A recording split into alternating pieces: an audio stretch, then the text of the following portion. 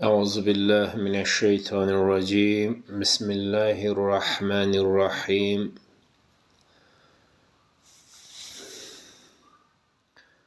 Enam suresindeyiz. Enam suresinin 52. ayetine kadar çözümlemesini zaman içerisinde yapmaya çalıştık geçen programlarımızda. Şimdi de 52. ayetin devamı olarak 53'e ve diğer ayetlere geçeceğiz. Bir ayet okuyacağız, bir ayet mealini vermeye çalışacağız. Bu şekilde inşallah yapmaya çalışalım. Euzubillahimineşşeytanirracim. Bismillahirrahmanirrahim. وَكَذَٰلِكَ فَتَنَّا بَعْضَهُمْ بِبَعْضٍ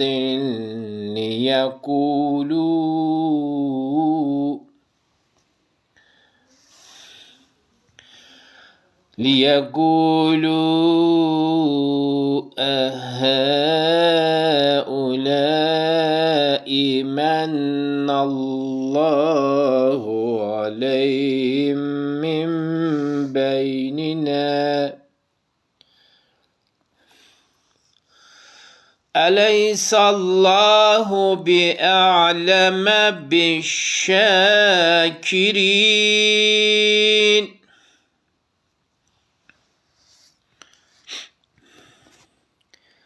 Şimdi okuduğumuz bu ayette neler diyor? Bunlara bir bakmaya çalışalım. Katılımcı arkadaşlarımıza da selamun aleyküm diyoruz. Ve kezalike ve böylece fetenna biz fette ettik yani denedik, sınadık, test ettik.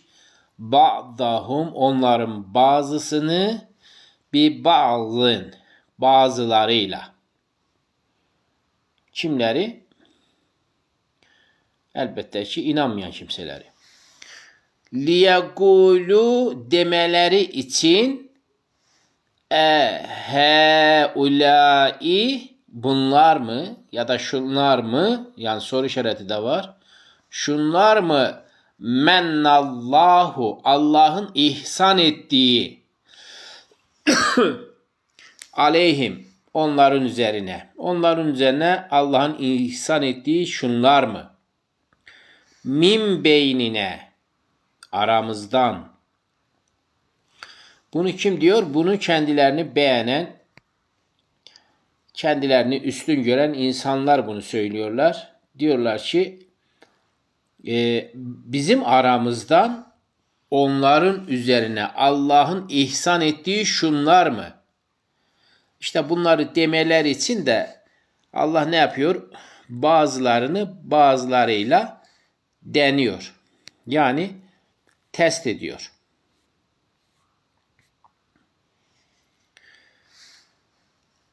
Eleysallahu Allah değil midir? Burada bir elif ile soru işareti yapılmış. Leyse de değil manasındadır. Eleysallahu Allah değil midir? Bi'aleme bilen. Bilen değil midir? Neyi bilen? Bişşekirin. Şükredenleri.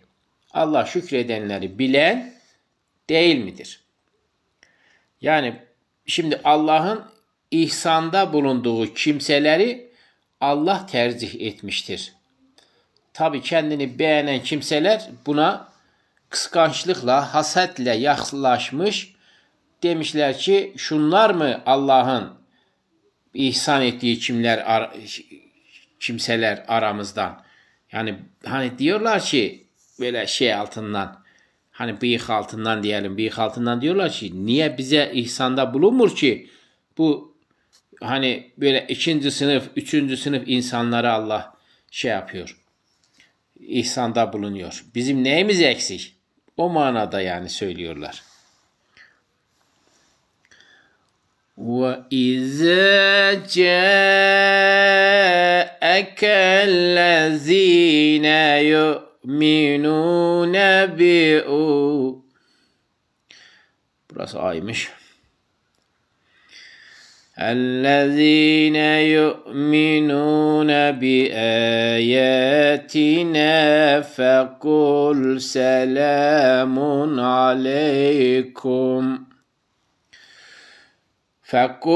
سلام عليكم كتب ربكم على نفسه الرحمة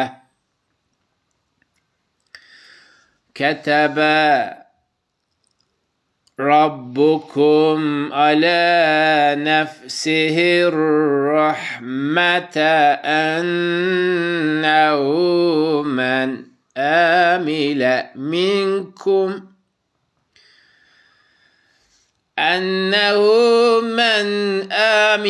منكم سوءا بجهالة ثم تاب من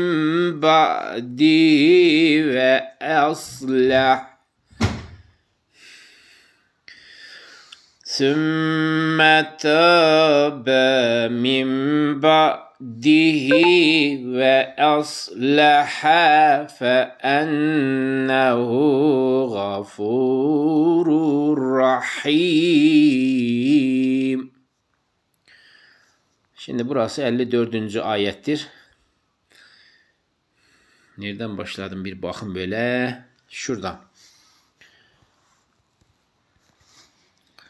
Ve ize, bu ize zaman demektir. Ve ize ca'eke, bu ca'e de gelmek demektir. Gülay Engin sayfa kaç diyor sormuş. 133. Ca'e gelmek demektir. Geldiği zaman, bu da sen, sana manasındadır.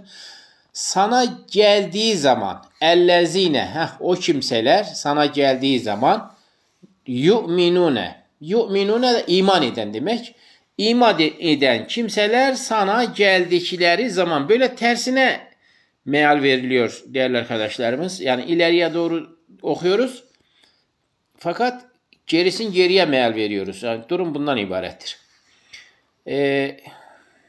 İman eden kimseler sana geldikleri zaman bi ayatina, bizim ayetlerimize iman eden kimseler sana geldikleri zaman fekul, böylece de ki selamun aleykum, selam sizin üzerinize olsun. Ketebe, yazdı, Rabbukum, sizin Rabbiniz yazdı, ala nefsihi rahmeh, kendi nefsi üzerine rahmeti, yani merhameti yazdı. Allah'ın rahmeti, merhameti gazabını geçmiştir şeklinde de bir hadisi şerif var ya, bununla özdeşiyor değerli arkadaşlarımız. Yani öyle bir hadisi duyduğunuz zaman o hadisi başınızın tacı yapın. Bu ayetle birebir %100 örtüşmektedir. Allah kendi nefsi üzerine merhameti yazmıştır. Ennehu, şüphesiz ki o, men amile minkum, sizden amel eden kimse, su'en, ama kötü amel, bir kötülükle, bir cehaletin, hem de cehaletle bir kötülük yaparsa, kötü bir amel yaparsa sizden birisi, sümme, sonra tövbe ederse, min ba'dihi, sonradan, yani bir cehaletle bu vatandaşımız bir kötülük yapmış, sonra da artık kötülüğün kötülüğü olduğunu anlamış, sonra tövbe etmiş, sümme, sonra tabe ne demektir? Tövbe etmiş. Bu sümme de her yerde sonra demektir. Kur'an-ı Kerim'de nerede sümme görseniz manası sonra demektir. Sonra tövbe ederse, min ba'dihi, ondan sonra, yani yaptığından pişman olduktan sonra tövbe ederse, ve aslaha, ve kendini de düzeltirse, böyle iyi işler yapmaya devam etmeye başlayarsa feennehu şüphesiz ki o yani o Allah gafurun rahim. Gafurdur ve rahimdir. Bunları niye söylemiş burada? Yani başka isimleri kullanmamış da burada gafur ve rahim ismini neden kullanmıştır? Çünkü böyle vatandaş kötülük yapmış, sonra da tövbe etmiş. Allah bu yapılan ve sonra da tabii kendisini de ve aslaha düzeltmiş olan vatandaşın yani kulunun üzerine nasıl muamele edeceğini bildirmek için bu isimleri burada getirmiştir.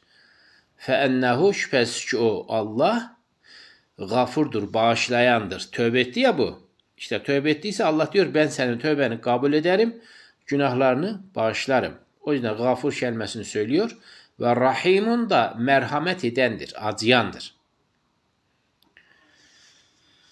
وَكَذَٰلِكَ نُفَصِّلُ الْآيَاتِ وَلِتَسْتَب۪ينَ سَب۪يلُ الْمُجْرِم۪ينَ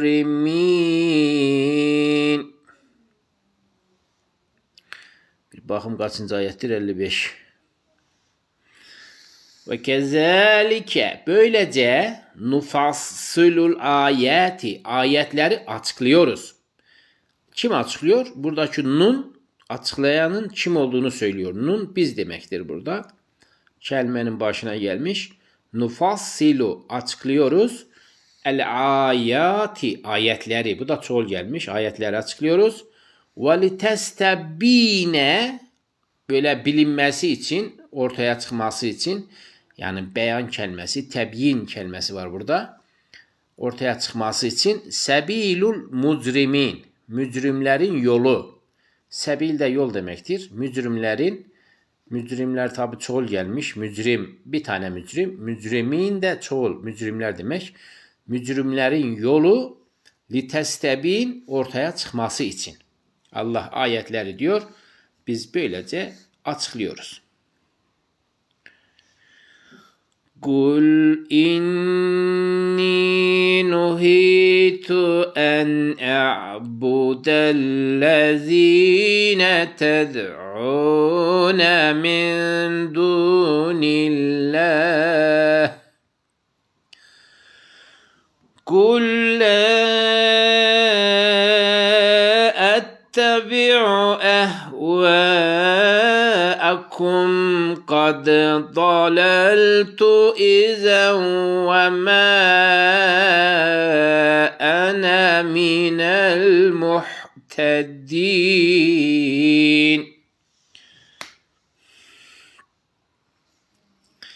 Şimdi ayeti buradan alalım. Kul de ki, tabi bunu Peygamber Efendimiz Aleyhisselatü Vesselam'a söylüyor Allah. Kul de ki inni ne demek? Şüphesiz ki ben. İnna olsaydı şüphesiz ki biz olurdu ama inni şüphesiz ki ben demektir. Şüphesiz ki ben nuhitu nehyedildim. Yani men edildim, yasaklandım. En a'budellezine ted'une min dunillah. Bak Allah'tan başkasına bu dun demek Allah'ın dunundan yani başka birilerine. Allah'tan başkasına ibadet ettiğiniz şeylere ibadet etmekten ben nehyolundum, yasaklandım. Bu şekilde söyle diyor Allah Peygamber Efendimiz Aleyhisselatü Vesselam'a. Kime diyor bunu? Yani onlara söyle. O kafir olanlara de ki ben sizin Allah'tan başka yalvardığınız kimselere yalvarmaktan, abude yani abid olmaktan, ibadet etmekten ya da kulluk etmekten ne oldum? Nuhitu, nehyolundum, men edildim ya da yasaklandım. Kul de ki la ettebi'u ehvâekum. De ki la ettebi'u uymam, ittiba etmem, ehve'ekum sizin hevalarınıza. Demek ki o insanların kendine göre hevaları var. Peygamber Efendimiz'e de Allah diyor ki, de ki ben sizin hevanıza uymam. Yani siz öyle gelişi güzel, şuna buna ibadet ediyorsunuz, onu bunu Allah olarak tanıyorsunuz, biliyorsunuz. Ben sizin o hevalarınıza göre hareket edecek değilim. Ben zaten bunlardan nehyolundum, yasaklandım. Gad dalaltu, muhakkak ki dalaltu sapıtmış olurum, yani yoldan çıkmış olurum. İzen o zaman, eğer sizin şeyinize uyarsam, sizin yolunuza uyarsam o zaman yoldan çıkmış olurum. Ve ma ana minel muhtedin. Ve ben diyor, ben minel muhtedin, hidayete eren kimselerden olmam. Yani sizin hevanıza uyarsam, kad daleltu, muhakkak ki yoldan çıkmış olurum, sapıtırım. İzen o zaman, ve ma ana, ve ben olmam, minel muhtedin, hidayete erenlerden olmam. Yani doğru yola erişenlerden olmam diyor.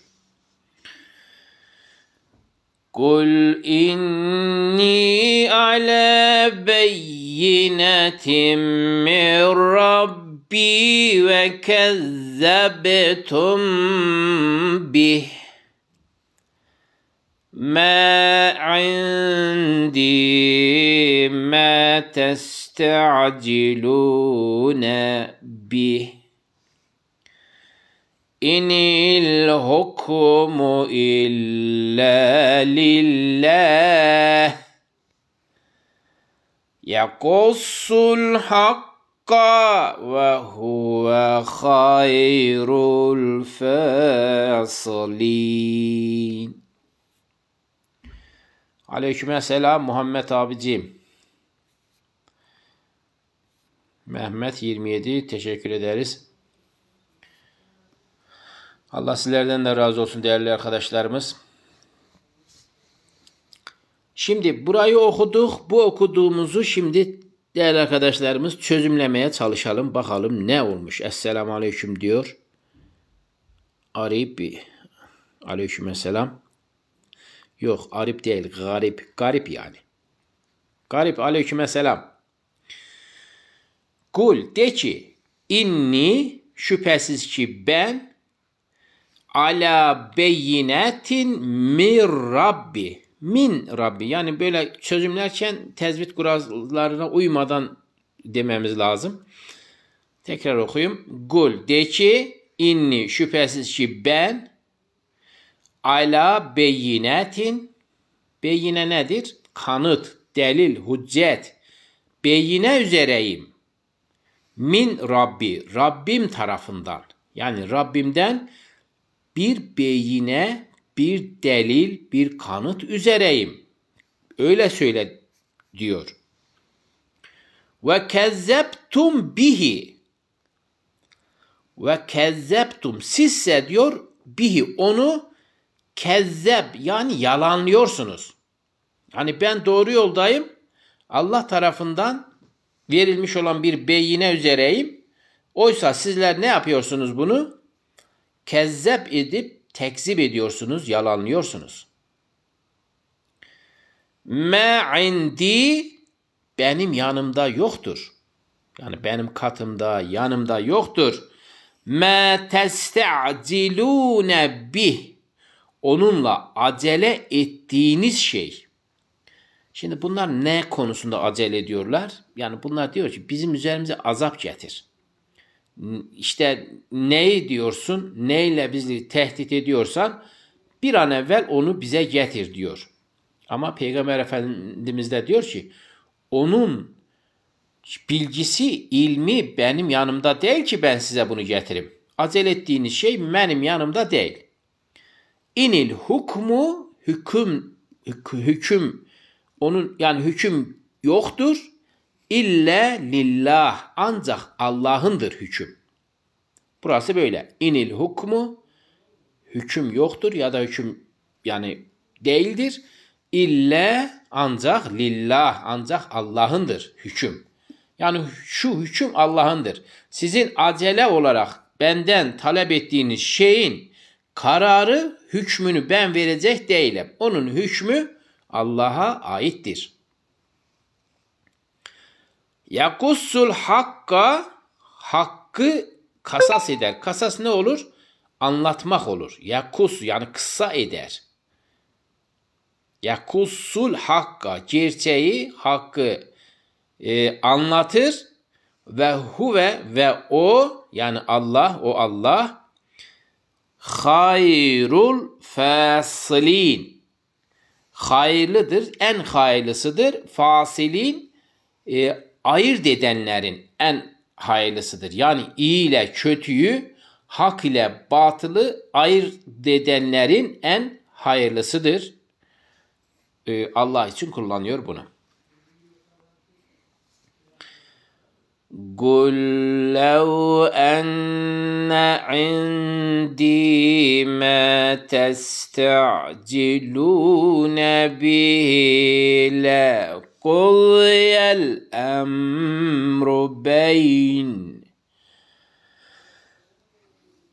لَقُضِيَ الْأَمْرُ بَيْنِي وَبَيْنَكُمْ Vallahu a'lemu bizzalimin.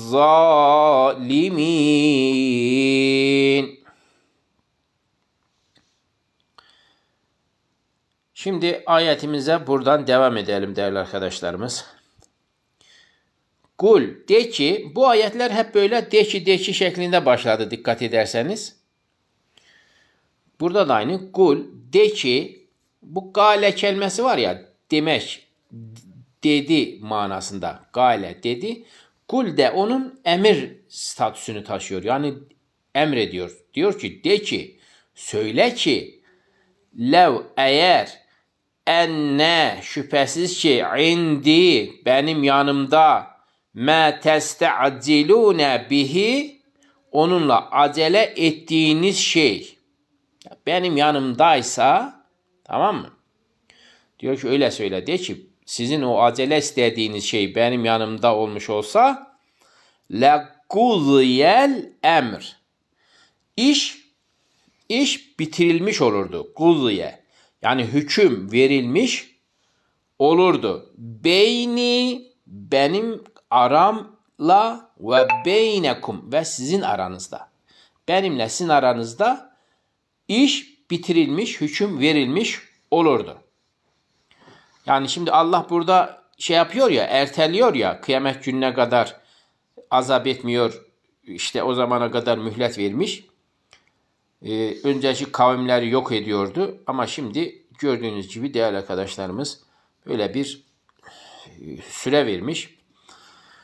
İşte o yüzden diyor ki benimle sizin aranızda hüküm verilmiş olurdu. Eğer benim yanımda onun şeyi olsaydı, hükmü benim yanımda olsaydı çoktan aramızda hüküm verirdik. Hemen şey yapardık yani. Kimin doğru, kimin yanlış, yalan olduğu anlaşılırdı. Ama imtihan olduğu için Allah diyor ki sen onlara öyle söyle, onun hükmü benim yanımdadır. Vallahu şüphesiz ki Allah alemu bilendir. Biz zalimin, zalimleri. Buradaki zalim, bir zalim, zalimin şeklinde uzantısı da varsa çoğul olmuş olur. Zalimleri bilendir. Şüphesiz ki Allah zalimleri aleme bilendir. Demek ki bunları da Peygamber Efendimiz zalimlere söylüyor. Bu arada zalimler aynı zamanda kendi nefsine zulmedenlerdir. Yani hakkı dinlemeyen, Allah'ın talimatlarına uymayan insanlar nefislerine zulmedenlerdir. İşte onlar da zalimlerdir. Yani zalim olanların bir tarifi de bu şekildedir. Ve indehu mefatihul gaybi la ya'lemuha illahu. وَيَعْلَمُ مَا فِي الْبَرِّ وَالْبَحْرِ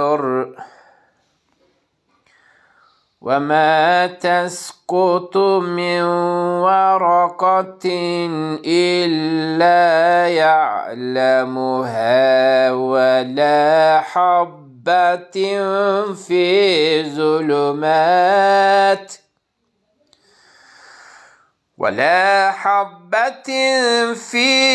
ظُلُمَاتِ الْأَرْضِ وَلَا رَطْبٍ وَلَا يَابِسٍ إِلَّا فِي كِتَابٍ مُبِينٍ.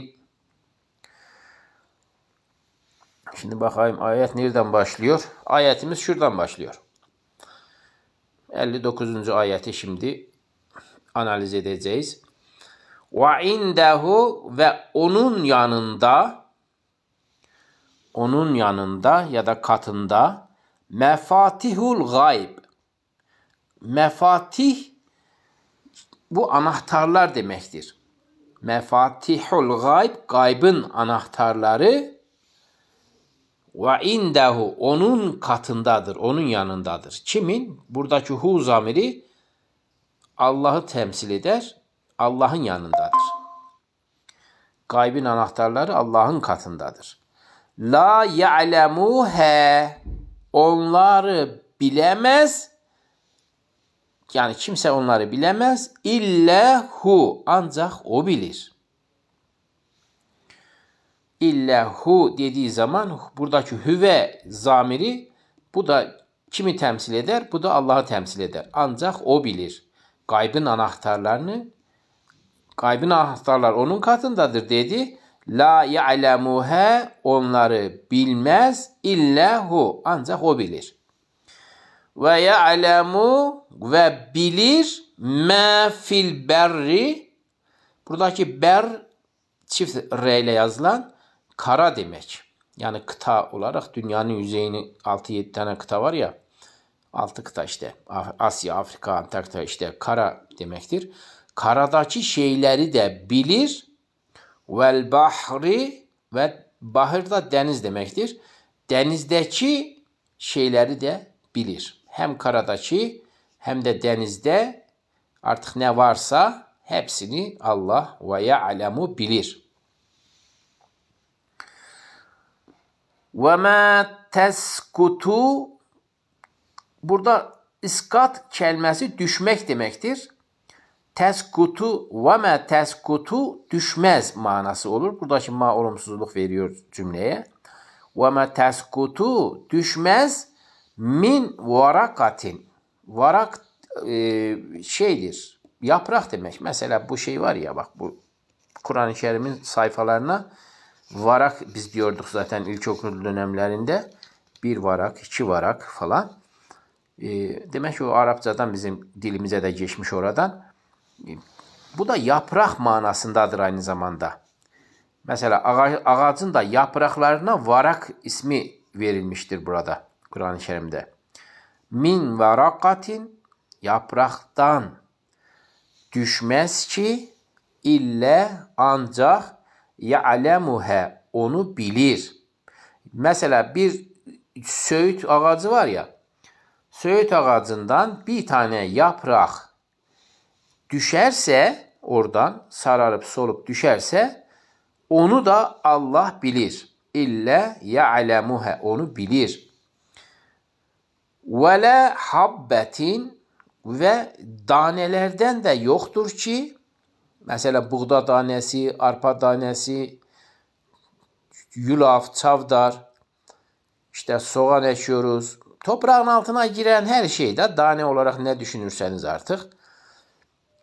Taneden de yoktur ki fi zulumati, zulümat karanlıklar demektir. El arz, arzın yani dünyanın zulümat karanlıklarındaki bir tane yoktur ki bu zulümat dediği de yani toprağın altına girdiği zaman orası karanlık olur ya o habbe için, taneler için. İşte o yüzden zulümat diyor. Arzın zulümatındaki yani karanlıklarındaki bir tane de yoktur ki ve la ratbin, rutubetten, ratbin de rutubet yani yaş demektir. Yaş da yoktur. Ve la yabisin, kuru da yoktur. İlle ancak fi kitabin mubin, ancak bir açık bir kitabın içindedir. Şimdi değerli arkadaşlarımız, sizlere bir soru. Bu kitabin mubin dediği açık bir kitaptadır. Bu hangi kitaptan bahsediyor? Fikri olan var mı? Şimdi siz fikirlerinizi söyleye durun. Ben ona göre tekrar burayı bir ele alalım. Şimdi diyor ki hem fil berri, karada diyor bir şey yoktur ve denizde de bir şey yoktur. Ancak Allah'ın katındadır. Yani Allah her şeyi bilir. Hem karada hem denizde ne var ne yoksa hepsini bilir. Burası böyle. وَمَا تَسْكُتُ مِنْ وَرَقَةٍ. Bak, yapraktan düşmez ki, bir yaprak düşünün. Söğüdün dalındaki bir yaprak. O yapraktan diye düşmez ki ille ya'lemuha, onu bilir. Ancak diyor onu bilir. Ve la habbetin fi zulumatil arz. Burada da arz var ya. Arzın, bizim elektriklerde bir sıkıntı var. Birden vuruş gidip gelir ama arzın karanlıklarındaki bir habbe de yoktur ki, yani onu da bilir. Kısaca öyle söyleyeyim. Onu da bilir. Ve la ratbin, yaş yoktur. Ve la yabisin, kuru da yoktur. Yani hem yaş olsun, kuru olsun, yani A'dan Z'ye ne olursa olsun Allah her şeyi bilir. Ha, bunu nasıl bilir? Bakın burada şimdi onun cevabını vermiş. İlle fi kitabin mubin, ancak açık kitabın içindedir. Yani yaş da yok, kuru da yok. Denizde olsun, karada olsun, nerede olursa olsun, arzın derinliklerinde bir tane de olsa, söğütten düşen bir yaprak da olsa Allah hepsini bilir. Çünkü fi kitabin mubin, açık kitabın içindedir. Şimdi bunu size soruyorum. Açık kitap dediği nedir? Salih Alıcıkurt Kur'an-ı Kerim demiş. Ahmet Taşkın Kur'an-ı Kerim demiş. Başka fikri olan var mı değerli arkadaşlarımız? Acaba buradaki fi kitabin mubin dediği, açık kitabın içindedir dediği bu bilgiler, acaba bu Kur'an-ı Kerim midir yoksa başka bir şey midir? Ne dersiniz? Fikri olan olmayan, cesur olan olmayan. Bakalım bu konular hakkında fikirleri olan arkadaşlarımız neler beyan edecekler? Bahoka'ya açıklayıcı kitap. Fi kitabin mubin, açık kitap. Açıklayıcı kitap da olabilir, fark etmez. Neticede bu kitap hangi kitaptır onu soruyorum. Çünkü Allah diyor ki وَلَا رَتْبٍ وَلَا يَابِسٍ, yaş veya kuru yoktur. Hem arzın karanlıklarında, yani toprağın altındaki habbe de, o da yoktur. Ki onun şeyi illa ya'lemuha, onları Allah bilir. Niye bilir? Nereden biliyor? Yani o bilmez şeyini gösteriyor burada. Cevabını veriyor. Diyor ki illa fi kitabin mübin. Çünkü açık kitabın içinde bunlar yazılıdır. Aleykümselam yalnız adam. Yani toprağın altında bir tane danenin, diyelim ki bir buğday tanesinin, onun yeşermesi, ona su gelmesi, şöyle böyle, yani onun hıtamına ermesine kadar her şey Allah'ın katında kitabın mübin ismi verilen bir kitabın içerisinde yazılıdır. Hazan aleykümselam. İşte o kitap hangi kitaptır değerli arkadaşlarımız? Onu soruyorum. Bu arada şunu da söyleyeyim. Bak, dünyada olmuş olacak her şey. Bu iş zaten onu söylüyor. Ve la ratbin ve la yabisin dediği, yaş ya da kuru, yaş ve kuru ne varsa her şey Allah tarafından bilinmektedir. Çünkü sebebini Allah veriyor. İlla fi kitabin mubin. Ancak diyor bunun sebebi açıkça bir kitabın, yani açık kitabın, açıklayıcı kitap ne derseniz deyin, bir kitabın içerisinde yazılıdır. Yalnız adam Kur'an-ı Mubin olarak yazdınız. Başka bir fikri de olan var mı değerli arkadaşlarımız? Şimdi 3 tane bu konuda bilgi geldi. Kur'an-ı Mubin ya da Kur'an-ı Kerim şeklinde. Yani her şey bu Kur'an-ı Kerim'in içerisinde yazılıdır diyor arkadaşlarımız. Acaba sizce buradaki onu mu kastediyor? Hazan soruyu tam anlamadım diyor. Aleykümselam İbrahim Karahan. Şimdi soruyu sorabilmemiz için bu ayeti tekrar ele alayım. Yeni katılan arkadaşlarımız da duysunlar. Ve indehu, ve onun katındadır. Yani Allah'ın katındadır. Mefatihul gayb. Gaybın anahtarları. Gaybın anahtarları Allah'ın katındadır. La ya'lemuhe. Onları bilmez. İlla hu. Ancak o bilir. Ancak yani Allah bilir. Gaybın anahtarlarını ancak Allah bilir. Ve ya'lemu, ve bilir ma fil berri, karadaki şeyleri de bilir. Vel bahri, bahır da deniz demek. Denizin fi de içinde demek. İçindeki şeyleri de bilir. Tamam mı? Hem karada hem denizde ne var ne yok her şeyi Allah bilir. وَمَا تَسْكُتُ مِنْ وَرَقَةٍ. Bak, bir yapraktan düşmez ki. Yani bir söğüt dalı düşünün. Ondan bir yaprak düşünün. O yaprağı diyor. O yapraktan diyor. Bir yaprak düşmez ki. İlle ya'lemuhe. Ancak onları bilir. O yaprak ister düşsün ister düşmesin. Mutlaka Allah bilir. Yani Allah'ın izni olmadan bir yaprak dahi söğüdün o dalından yere düşmez. Ve la habbetin fi zulümatil arz. Bak, arzın yani dünyanın karanlığı, zulümat dedi, karanlıklar demek. Karanlıklarının içindeki bir habbe, yani bir tane, bir buğda tanesi, bir arpa tanesi de yoktur ki. Yani bu toprağın altına atılmış ya bir habbe tanesi, bir arpa buğda tanesi düşünün. Onu da Allah bilir. Ve la ratbin. Bak, ratbin nedir? Rutubetten yaş demektir. Yaş yoktur. Ve la yabisin, kuru da yoktur.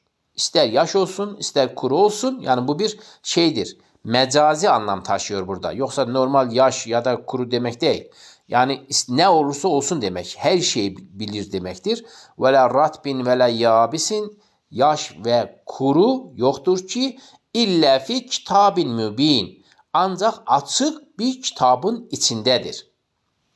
Yani ne olursa olsun, denizde olsun, karada olsun, toprağın altında olsun, habbeler olsun, semada olsun, her nerede ne olursa olsun Allah her şeyi bilmektedir. İşte bunun bilgisini de Allah diyor ki, çünkü bunların hepsi bir kitapta yazılıdır. İlla fi kitabin mubin, açık bir kitapta yazılıdır. İşte o kitabın adı nedir diyorum. Değerli arkadaşlar, sorduğum soru bu. Çolo diyor ki bu dünyada ne varsa bu kitapta size bildirmişimdir. Hazan tegabunda geçer biliyorum. Bilen arkadaşlarımız vardır. Şimdi değerli arkadaşlarımız, belki biliyorsunuz, yazmadığınız için doğru mu yanlış olduğunu da bilemeyebilirsiniz. Fakat Allah'ın katındaki kitapta mı yazılıdır, yoksa her şey bu Kur'an-ı Kerim'in içinde mi yazılıdır? Şu anda birkaç tane gelen yorumlar içerisinden bu sorunun cevabına Kur'an-ı Kerim, Kur'an-ı Mubin şeklinde cevaplar geldi. Sizce bunlar, yani hem semada ne varsa, hem arzda ne varsa, hem denizde ne varsa, her ne olursa olsun hepsi bu Kur'an-ı Kerim'in içinde yazılı mıdır? Yoksa aslında başka bir kitaptan mı söz ediyor? Hazan Kur'an-ı Kerim'de tegabunda geçer. Başka yerlerde de geçer de. Şimdi değerli arkadaşlarımız, bunun cevabını ben vereyim. Kitab-ı Mubin dediği burada Allah'ın katındaki kitaptır. O da Levh-i Mahfuz'dur. Levh-i Mahfuz ismi verilen bir kitaptır. Ana kitaptır. Yoksa Kur'an-ı Kerim'in içerisinde değildir. Kur'an-ı Kerim'in içerisinde söğütün yapraklarının sayıları burada geçmez. Hangi daneler, nerede, ne zaman işte bitecekler, yeşerecekler, onlar burada geçmez. İşte evren yaratıldı ta kıyamet zamanına, ta ondan sonrası her ne varsa bu Kitab-ı Mubin denilen Allah'ın kitabında yazılı olduğu için zaten kader de oradan geliyor değerli arkadaşlarımız. Kadere iman da buradan geliyor. Mesela bu Kur'an-ı Kerim de o levh-u mahfuzdan Cebrail aleyhisselam tarafından alınıp Peygamber Efendimizin aleyhissalatü vesselamın kalbine bırakılıyordu. İşte o levh-u mahfuz ismindeki kitaptır. Buradaki anlatılan o kitaptır. Sizce verilen bu cevap doğru mudur? Sizce Kur'an-ı Kerim mi doğru cevap olabilir? Yoksa levh-i mahfuz denilen Allah'ın katındaki kitap mı doğru cevap olmuş olabilir? Ben şimdi öyle söyledim. Sanki benim söylediğim %100 doğruymuş gibi kabul etmeyin. Sizler de düşünün. Hazan levh-i mahfuz diyor. O da aynı görüştedir. Mesela karanın içindeki şeyler, denizin içindeki şeyler tek tek Kur'an-ı Kerim'de sıralanmaz, yazılmaz. İşte bir ağaç düşünmeyin ya, o kadar dünyada şeyler var ki, arzın derin içindeki şeyler, semanın içindeki şeyler, 7 kat sema. Bunların içerisinde ne var ne yok hepsi Allah'ın katındaki levh-i mahfuzda gizlidir. Ona da kitabı meknun şeklinde saklı kitap da denilir. Levh-i mahfuz da denilir. Bu şekilde. Hazan diyor dediğin doğru. Gül Bahçesi hocam 4 büyük kitaptan başka bir kitap daha mı var?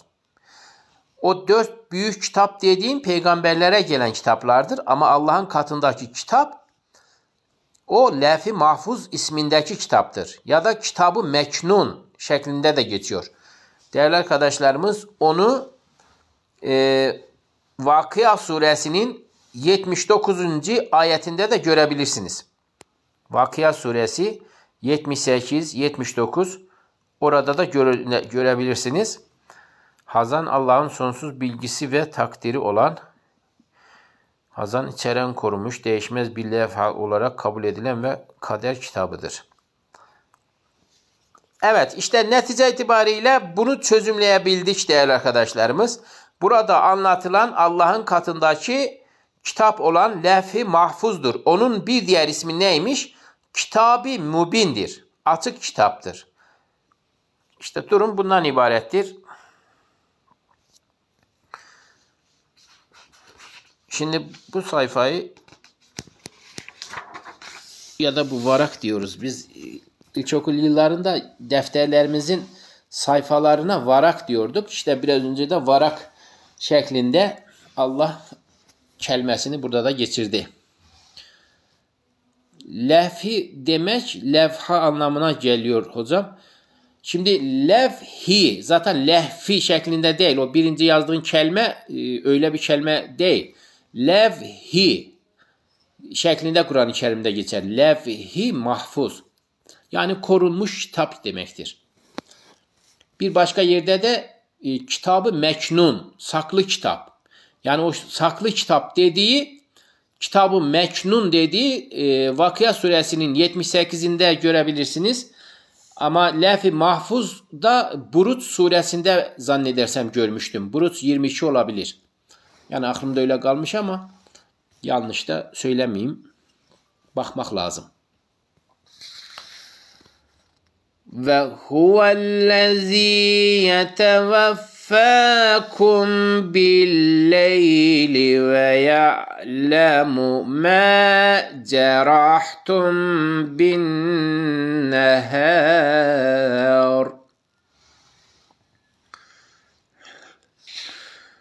وَيَعْلَمُ مَا جَرَحْتُمْ بِالنَّهَارِ ثُمَّ يَبْعَثُكُمْ فِيهِ لِيَقْضَىٰ أَجَلٌ مُّسَمًّى. Şimdi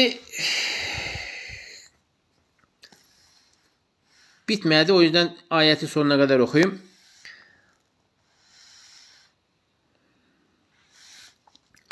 ثُمَّ إِلَيْهِ مَرْجِعُكُمْ ثُمَّ يُنَبِّئُكُمْ بِمَا كُنْتُمْ تَعْمَلُونَ.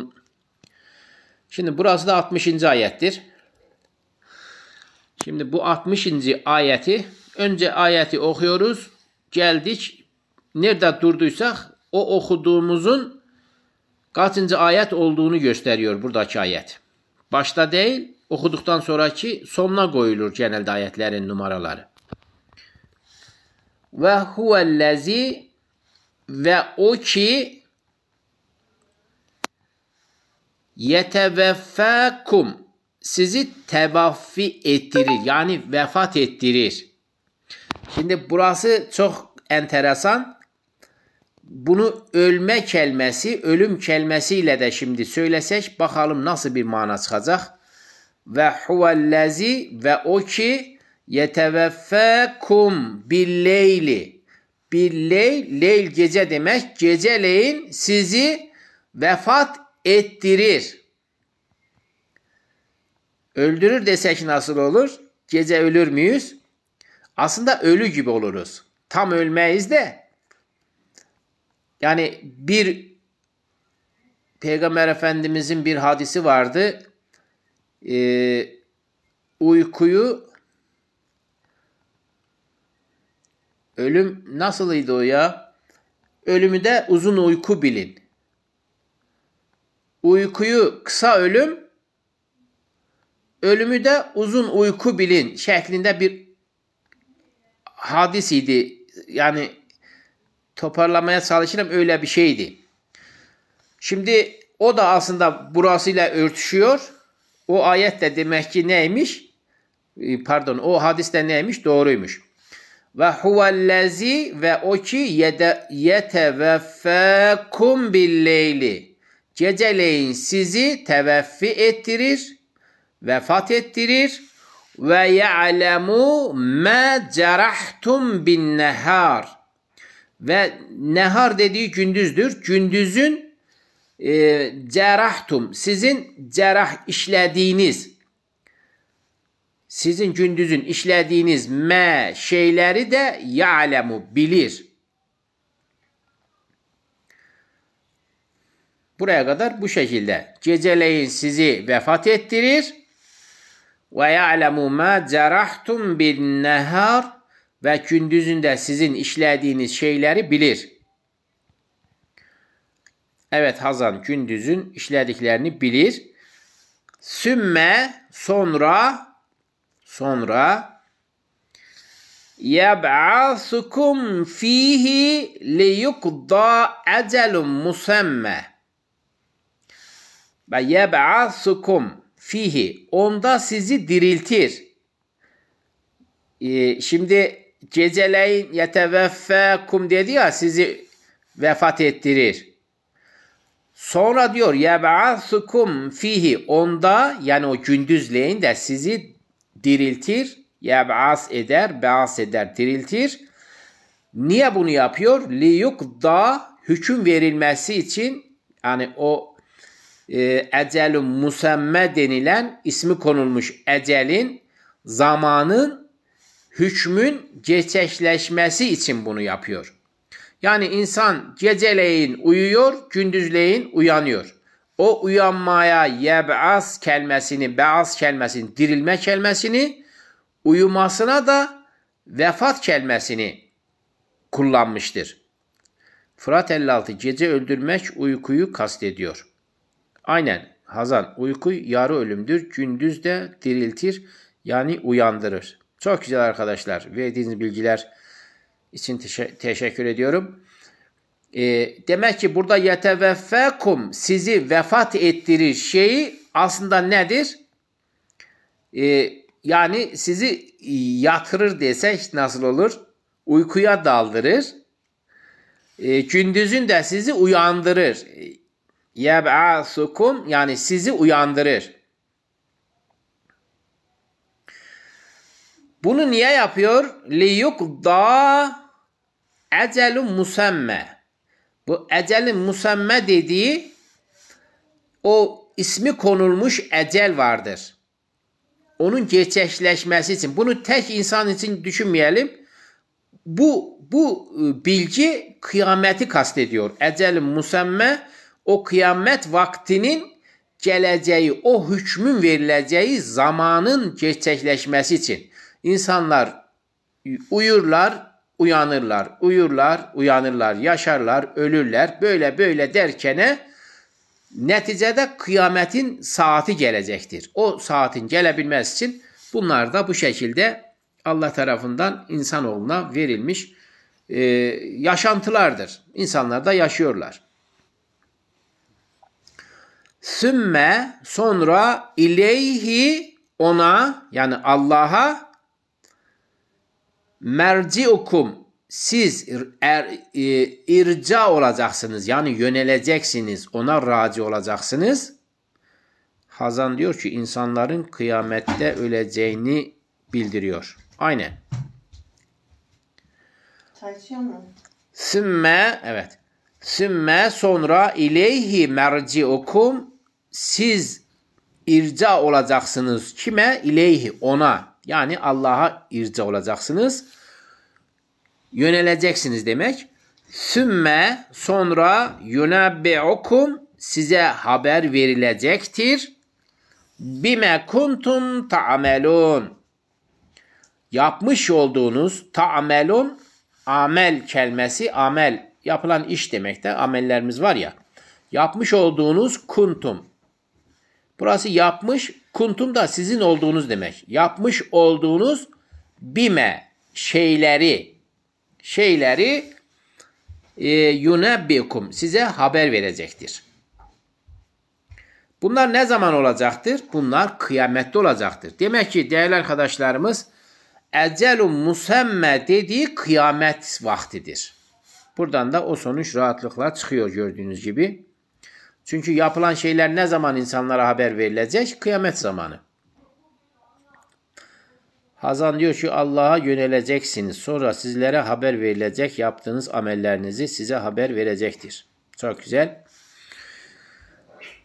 Ve huvel kahiru fevka ibadihi ve yursilu aleykum hafaza hatta iza caa ahadakumul mautu teveffethu rusuluna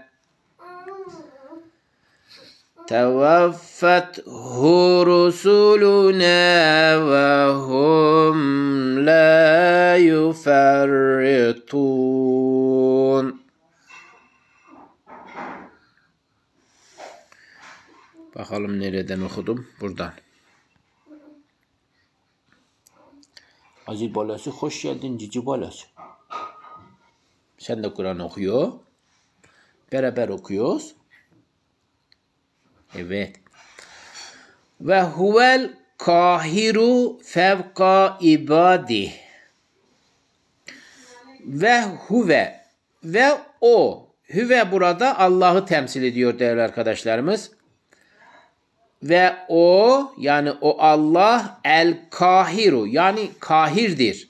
Kahir burada İbrahim Dindar aleyhisselam kahirdir. Allah kahirdir. Kahir ne demektir burada?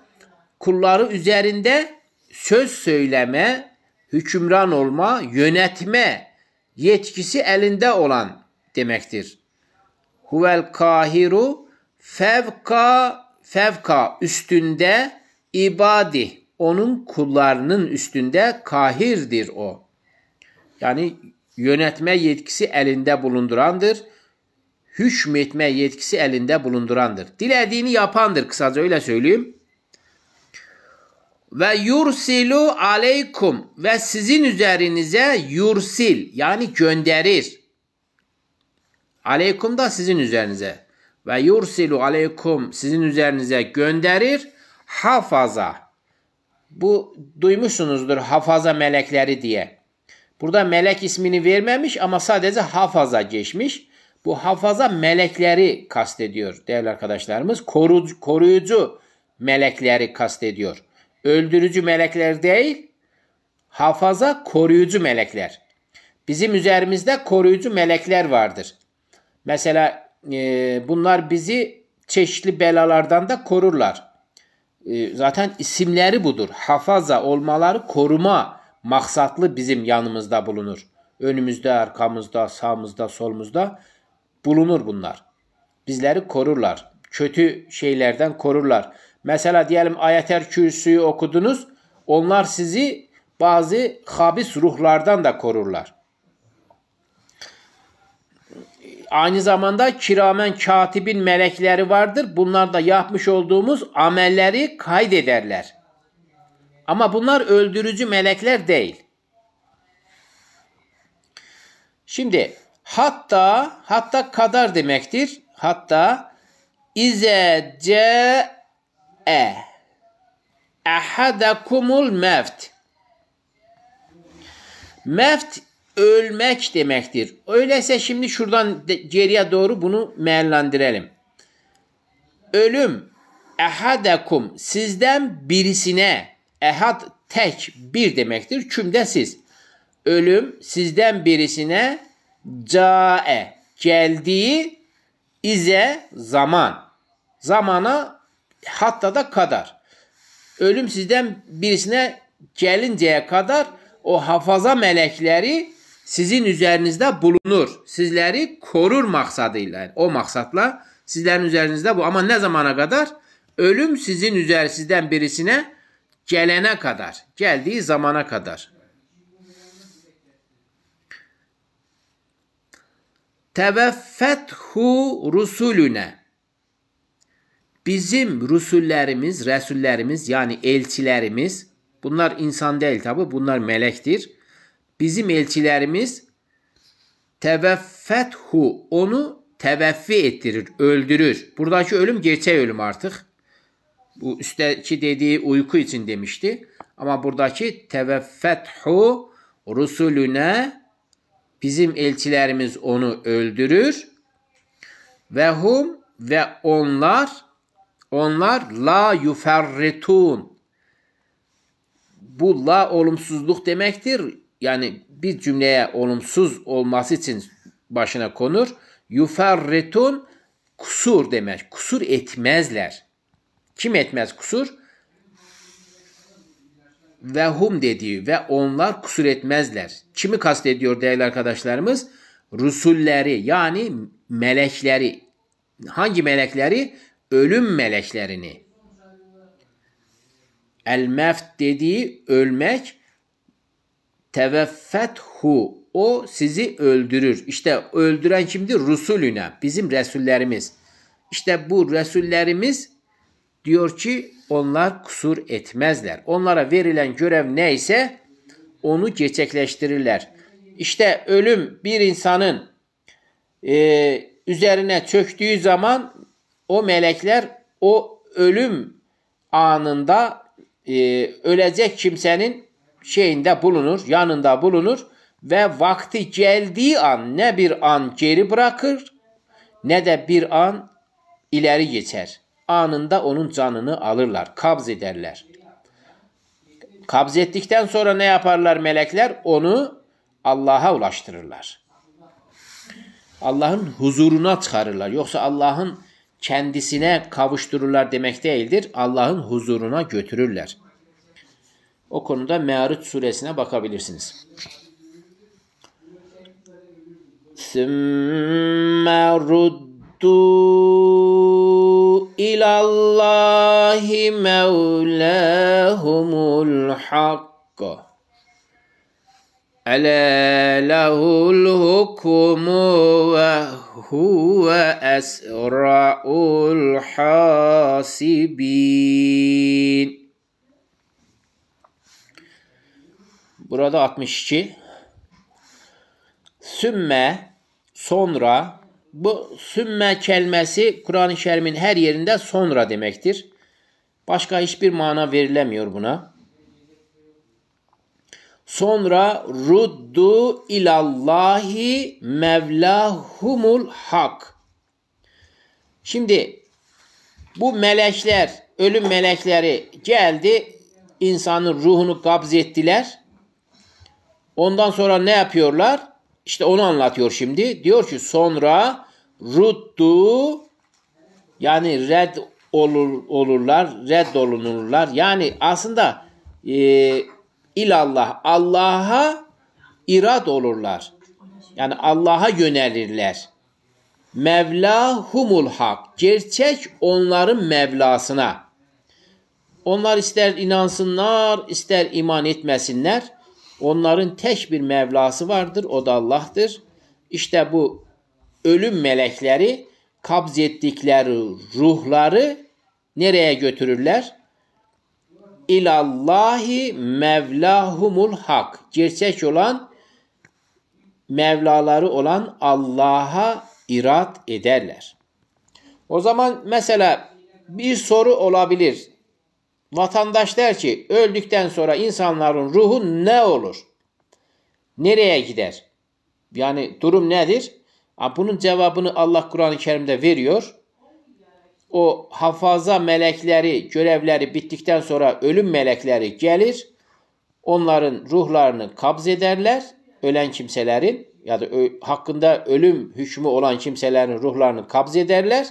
Sonra da Allah'a, gerçek olan onların Mevlaları olan Allah'a irad olunurlar, götürürler. Allah'ın huzuruna götürürler. Şimdi aslında o konu Me'ariç suresinde de vardır. Zil Me'ariç, yani irca olanların sahibi demek. Yani ruhların aslında ciddi, toplandığı bir mekan, Me'ariç denilen yer. Oranın da sahibi Allah'tır. İşte Me'ariç suresinde bu konular orada da daha kapsamlı şekilde geçiyor.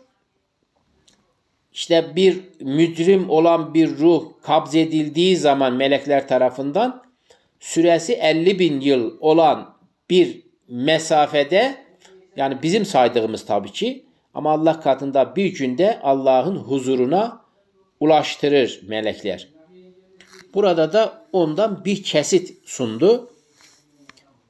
Ela nedir? Dikkat edin. Yani burada bir dikkat çekiyor. Dikkat edin. Lehul hukmu, hüküm onundur.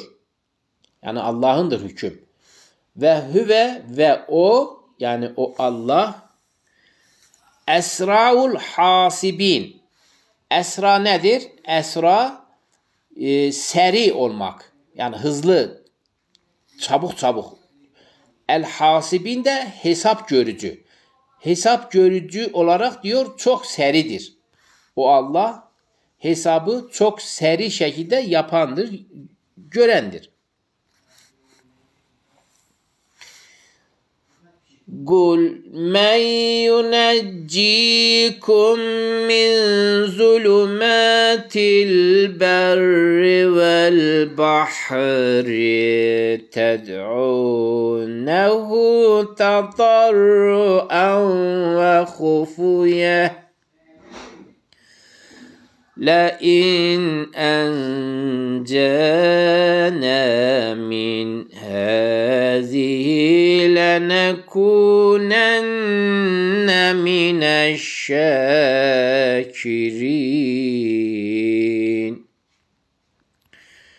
Şimdi burası da 63. ayet. Serap çay getdi ama bana uzaq qoyub deyə.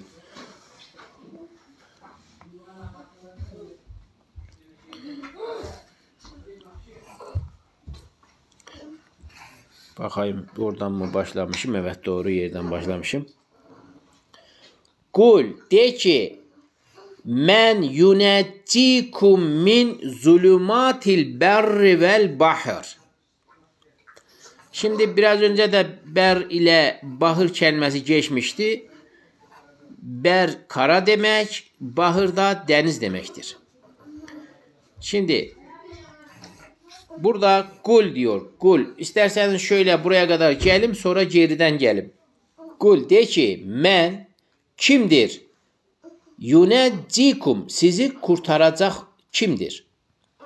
Necat vermek. Yunecci demek, necat vermek. Kurtarmak. Sizi kurtaracak kimdir? Min zulümati, karanlıklardan. El berri, karanlıklarından. Vel bahri, ve denizin karanlıklarından. O zaman şöyle geriden geriye gidelim. Denizin ve karanın zulümatlarından, yani karanlıklarından yuneccikum, sizi kurtaracak men kimdir? Kul, de ki. De ki, denizin ve karanın karanlıklarından sizi kurtaracak kimdir? Şimdi Allah bu soruyu Peygamber Efendimiz aracılığıyla sorduruyor. Cevabını da kendisi verecektir. Iğdırlı aleykümselam, iyi akşamlar diliyorum. Denizin ve karanın karanlıklarından, zulümatından sizi kurtaracak kimdir? Öyle söyledi. Ted'unehu, ona yalvarırsınız. Tazarru'en, böyle yalvara yani ted'unehu, ona dua edersiniz. Tazarru'en de yalvara demek. Yalvara ona dua edersiniz. Ve hufye, ve gizli ona dua edersiniz. Ömer Kaplan aleykümselam. İşte bu durumda, yani siz yalvara gizli ona dua edersiniz. Denizde olsanız, karada olsanız, başınıza musibet gelse, zulümat, karanlıklar falan, işte sizi kim kurtarır? لَاِنْ اَنْجَانَ مِنْ هَذِهِ لَنَكُونَنَّ مِنَ الشَّاكِرِينَ.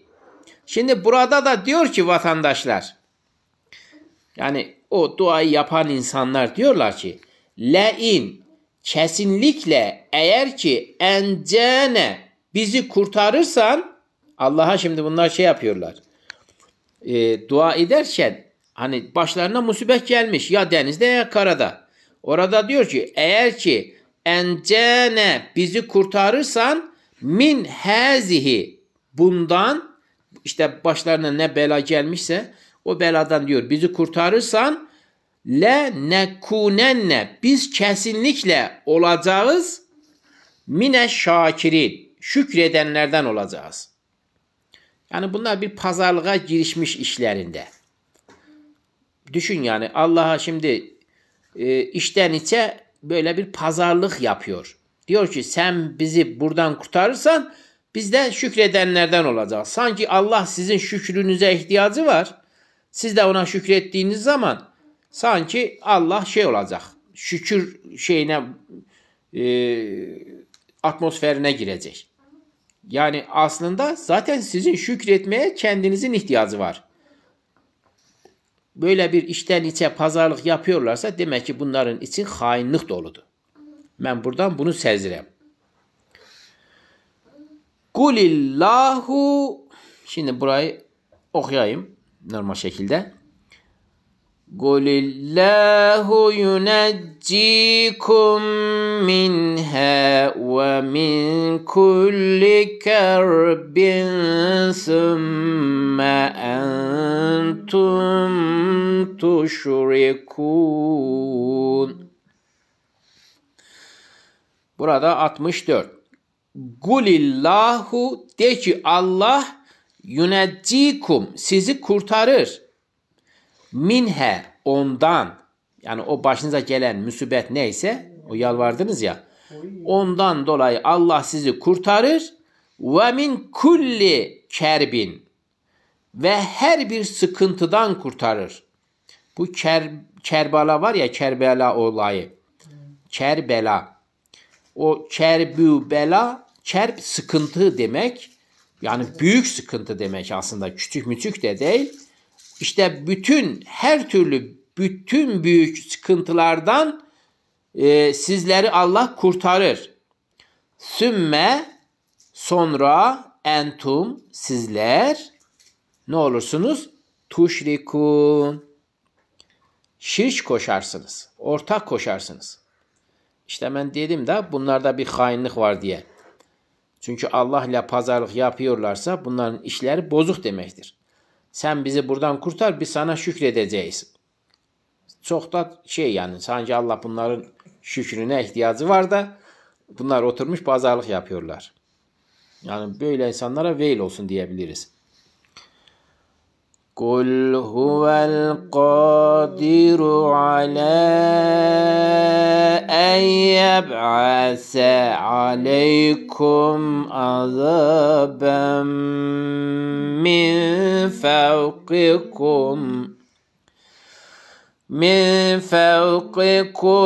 ev min tahti erculikum ev yelbisekum şi'en ve yuziqa ba'dakum ba'se ba'd. Unzur keyfe nusarriful ayati leallehum yefkahun. Sen çayma şeker atırsan mı? Onu da mı yapalım? Yapma, boşver. Şey var. Ben onu nasıl yiyeyim? Bu meyil yaprağım burada şak edecek. Şak değil o. Kul, de ki, burada değil mi? Yanlış yeri yapmayak şimdi. Burası evet. Kul, de ki, hüvel, o el kadiru, kadirdir. Yani hüve dediği o Allah'ı kastediyor. De ki o kadirdir. Ala, üzerine, neyin üzerine? En yeb'ase aleykum, sizin üzerinize göndermeye, yeb'ase göndermeye kadirdir. Azaben, bir azap göndermeye kadirdir. Min fevkiküm, yani sizin üstünüzden. Bu neresi olur? Bu sema olur. Semadan bize azap gönderebilir. Allah diyor, de ki o kadirdir size, sizin üstünüzden size bir azap gönderebilir. Yani semadan bir mesela bir göktaşı gelse çarpsa dünyamıza, işte bizim için bizim üstümüzden gelen bir azap olmuş olur. Aynı zamanda bu dolu felaketi de bir nevi bir azaptır yani insanlar için. Ama bu daha farklı, daha büyük azaplardan bahsediyor. Yani Allah dilerse sizlere büyük azaplar da tattırır semadan göndererek üstünüzden. Ev veya min tahti, altından, alt tarafından, erculikum, sizin ayaklarınızın altından. Yani neresi bu da? Bu da şeydir. Deprem olabilir. Bu da topraktır. Yani bizim arzımız, üstünde yaşadığımız dünyadır. Bu da tabii deprem olabilir. Depremin etkisiyle büyük bir azap verebilir. Veyahut da yanar dağlar gibi patlamalar olabilir. Bizim evlerimizin altından bir anda alevler bizi havaya püskürtebilir. Bu şekilde de Allah azabını tattırabilir kullarına. Ev veya yelbisekum şiaen veya grupları yani sizi birbirinize düşürür grup ve yuzika ve tattırır ba'zakum sizin bazınıza ba'se ba'dı. Bazınızın böyle şiddetini, böyle gücünü, kuvvetini birbirinize şey yapar, tattırır. Yani diyelim bazınız şeydir, güçlüdür, kuvvetlidir. Mesela şey olarak silah bakımından da olabilir, daha etkin silahlara sahiptir. Daha zayıf olan insanlara hücum edip onlara şiddetini, gücünü gösterebilir. Veya daha farklı şekilde de olabilir. Yani insanların bazısını bazısına yönelterek o şekilde de Allah birbirine azabını bu şekilde de verebilir. Unzur bak keyfe nasıl nusarrifu açıklıyoruz el ayati ayetleri leallehum umulur ki onlar yefkahun onlar ne yaparlar? Anlarlar. Umulur ki anlarlar. Tabii ki umulur ki yani leallehum umulur ki her zaman bu umulur ki çünkü Allah'ın bir nevi şeyidir insanlar üzerinde. Yani temennisidir. İnşallah insanlar anlar. İnşallah insanlar fehim ederler, tezekkür ederler, tefekkür ederler. İşte buradakiler yefkahun anlama manasında umulur ki onlar anlarlar. Verilen bu ayetlerdeki örneklerden. Ve kezzebe bihi kavmuke ve huvel hakka. Kul lestu aleykum bivekil.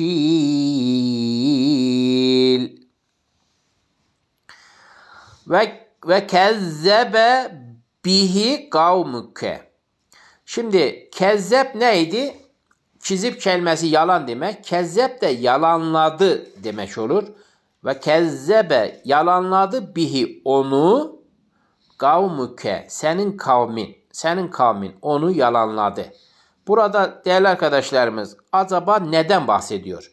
Senin kavmin onu yalanladı dediği nedir?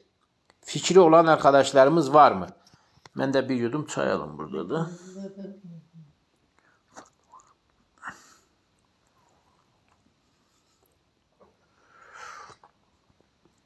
Senin kavmin onu yalanladı dediği ne olabilir? Aklınıza bir şey gelir mi?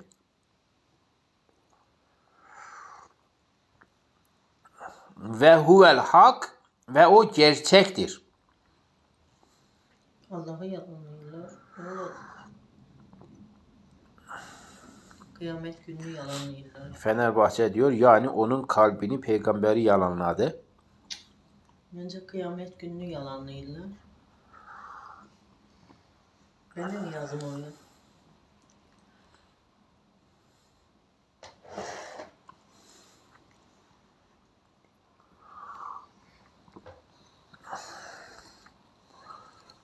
Kul de ki lestu ben değilim aleykum bir vekil.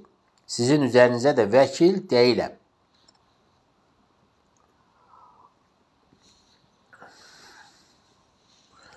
Şimdi değerli arkadaşlarımız burada senin kavmin onu yalanladı dediği aslında Kur'an-ı Kerim'dir. Çünkü her ne zaman ki Peygamber Efendimiz Aleyhisselatü Vesselam'a Allah ayetlerini gönderdi, ondan sonra Peygamberimizi düşman edindiler. Ondan önce düşmanlık falan yok. Hani geçen ayetlerimizde demişti, onlar seni kendi oğulları gibi tanırlar. Ama işte Allah'ın ayetleri geldikten sonra artık onlar peygamberimize düşman olmaya başladılar. Allah da dedi ki aslında onlar sana düşman değil. Onlar bizim ayetlerimize düşmandır. İşte burada da ve kezzebe bihi onu yalanladı kavmuke senin kavmin dediği aslında Allah'ın ayetleridir. Yani Kur'an-ı Kerim'dir. Ve huvel hak ve o gerçektir. Yani Kur'an-ı Kerim gerçektir. Kul de ki lestu ben değilim aleykum sizin üzerinize bir vekil. Vekil de değilim.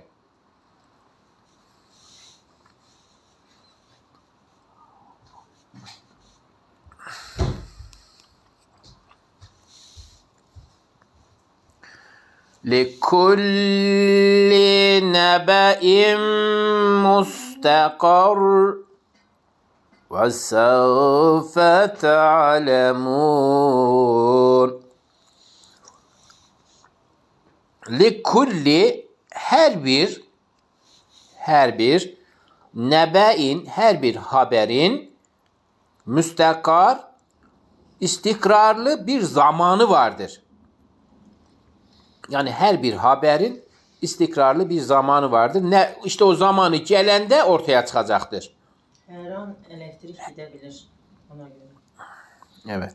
Veseffe ve ileride ta'lemun ileride bileceksiniz.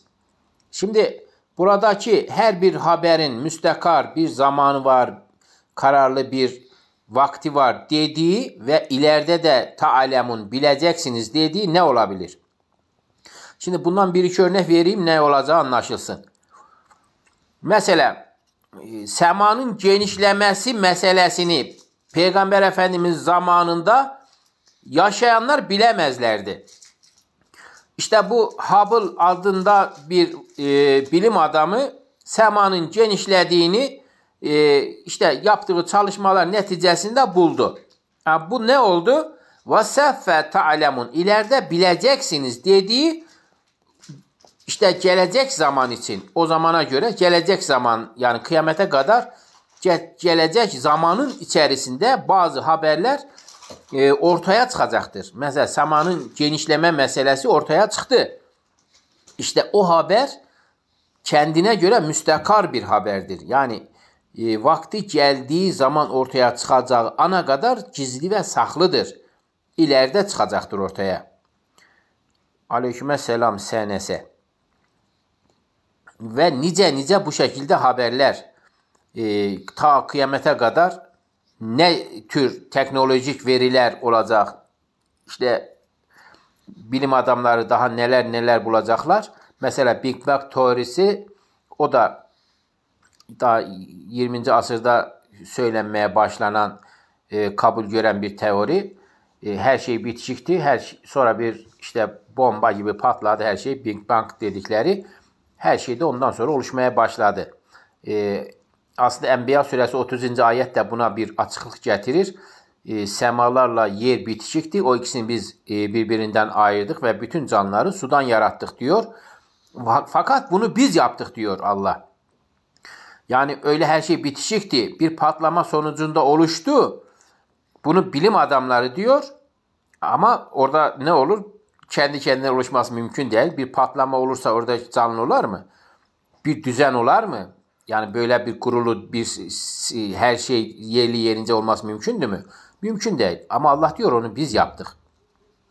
Neyse o bilim adamlarına da Allah diyor işte o kafirlere söyle, o inanmayanlara söyle onu biz yaptık.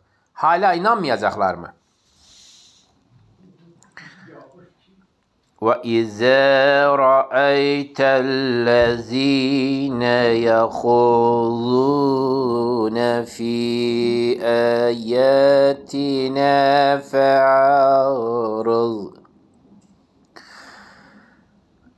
فَأَعْرِضْ عَنْهُمْ حَتَّى يَخُوضُوا ف۪ي حَد۪يثٍ غَيْرِهِ وَإِمَّا يُنْسِيَنَّكَ الشَّيْطَانُ فَلَا تَقْعُدْ بَعْدَ الذِّكْرَى مَعَ الْقَوْمِ الظَّالِمِينَ. Şimdi kaçıncı ayettir? 60. 8-ci ayət. Yusuf Qara, ekranı doldurma. Bir tane yazman yeterlidir. Aksi halde şutlayacağız, haberin olsun.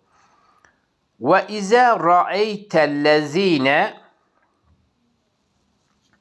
Şimdi Yusuf Kara, söylediklerin amenle baş üstüne ama ayetler değil de ayet değil. Şimdi sen karıştırma. Ayet dediğin zaman işler değişir.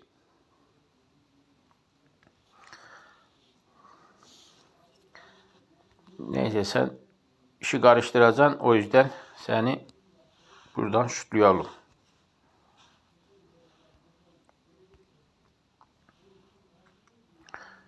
Evet, şutlandın. Ne yapalım? Durmadın durduğun yerde. Ve izâ ra'eytellezîne yehûzûne. Şutladım Fenerbahçe, o gitti.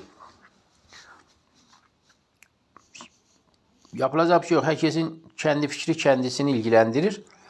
Yazdıklarının yarısı doğru, yarısı yanlış. Hepsi doğru olsaydı şutlamazdım ama yarısı doğru, yarısı yanlış. Israr edince de olmuyor işte böyle. Ve izâ ra'eytellezîne, o kimseleri gördüğün zaman yehûzûne, daldıklarını. Bakalım neye dalmışlar bunlar? Yehûzûne fi ayatina, bizim ayetlerimizin içine daldıklarında. Bunların bu dalması, yehûzûne dalması hayra alamet değil. Bunlar kötü maksatla dalıyorlar. Bizim ayetlerimize böyle kötü maksatlı daldıklarını gördüğün zaman fe'arız anhum, onlardan arız, yüz çevir. Uzaklaş. Bu ayetin bir benzeri yine bir yerde okumuştum ayetlerde. Hangi sureydi? Geçmiş surelerden birisiydi ama aklıma gelmiyor. Onlardan yüz çevir. Hatta bu kadar demek ne zamana kadarmış? Yahuzu, dalıncaya kadar. Fi hadisin gayri, başka bir hadise, başka bir söze dalıncaya kadar ne yap? Onlardan yüz çevir, uzaklaş.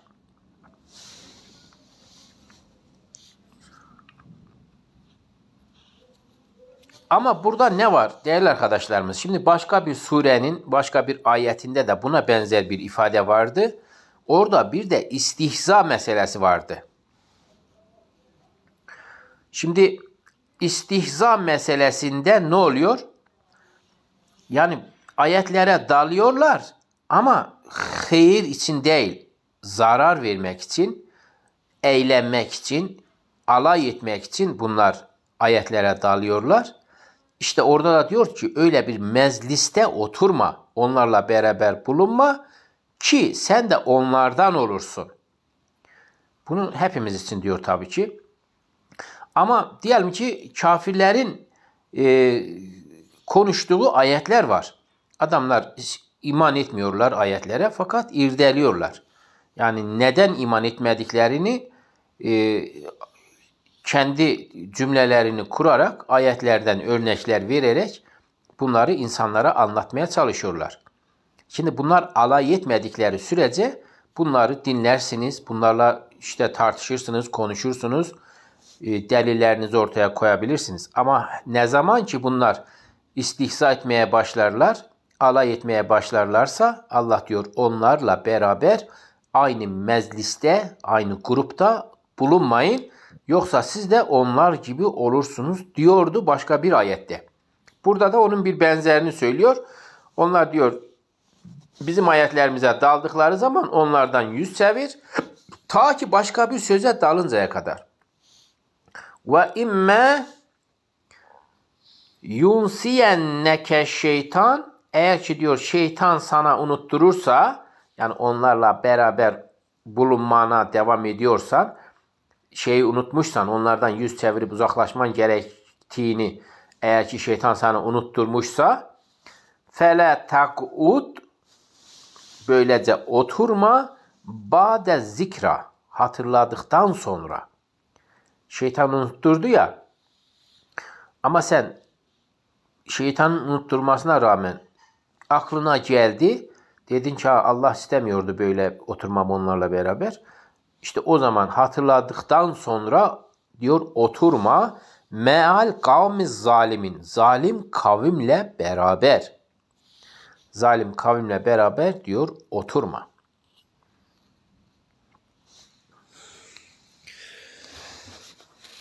Ya Allah bir.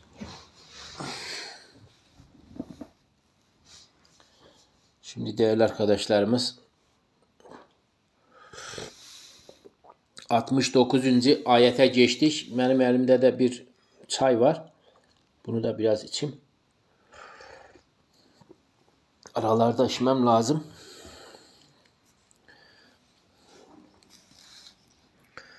وَمَا عَلَى الَّذ۪ينَ يَتَّقُونَ مِنْ حِسَابِهِمْ مِنْ شَيْءٍ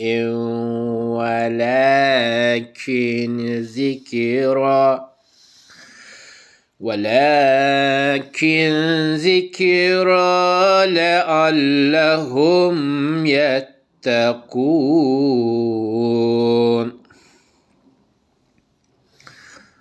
وَمَا عَلَى الَّذ۪ينَ يَتَّقُونَ مِنْ حِسَابِهِمْ مِنْ شَيْءٍ. Şimdi burası ne demek?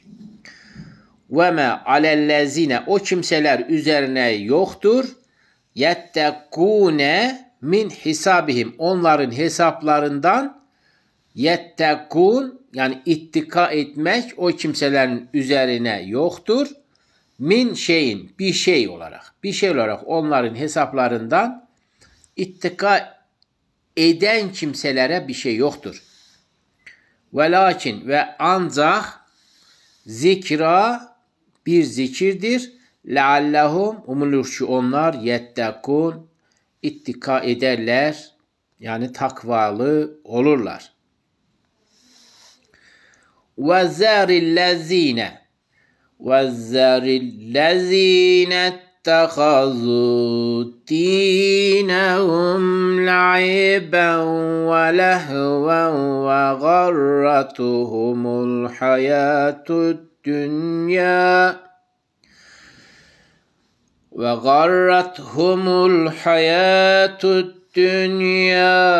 وَذَكِّرْ بِهِ أن تبسل نفس بما كسبت ليس لها من دون الله ولي ولا شفيع وإن تعدل كل عدل لا يؤخذ منها أولئك الذين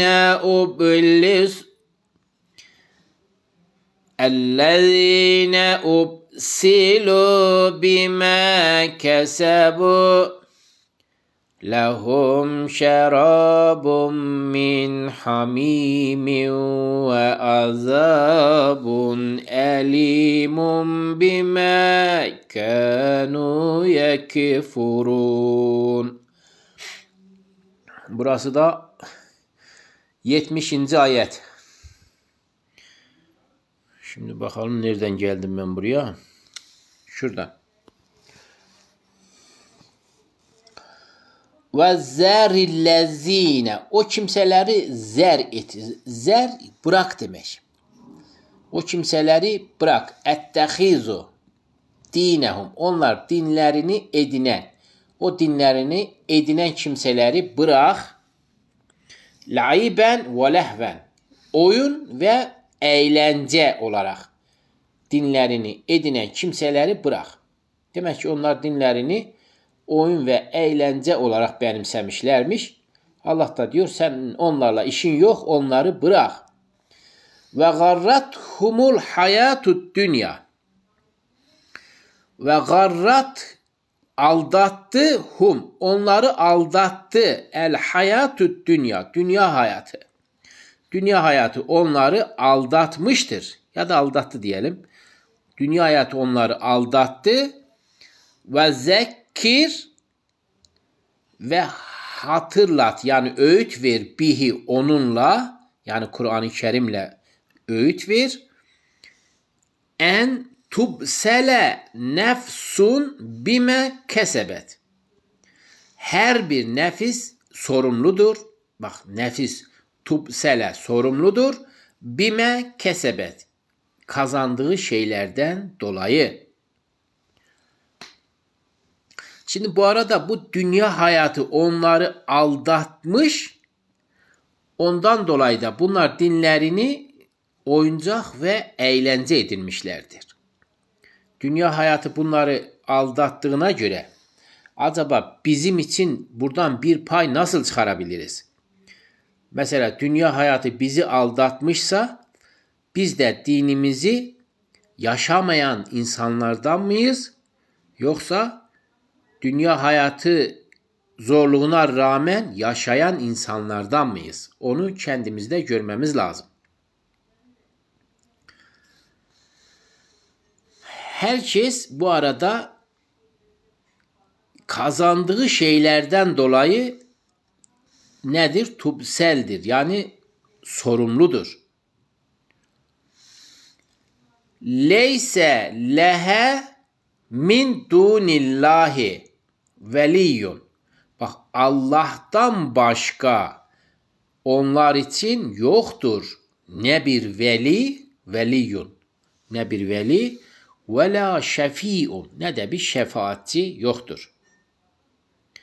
Baran Aydın abi, imam mısın? Yok, özel güvenlikte çalışırım. Ve la şefi'un, şefaatçi de yoktur. Ne bir veli vardır Allah'tan başka onlar için, ne de bir şefaatçi vardır. Ve in ta'dil, ve eğer ki ta'dil ödeseler külle adlin, her bir fidyeyi ödeseler, la yu'khaz minhe, onlardan yu'khaz, alınmaz. Abi nereden biliyorsun? Tabi bunun geçmişi var Baran.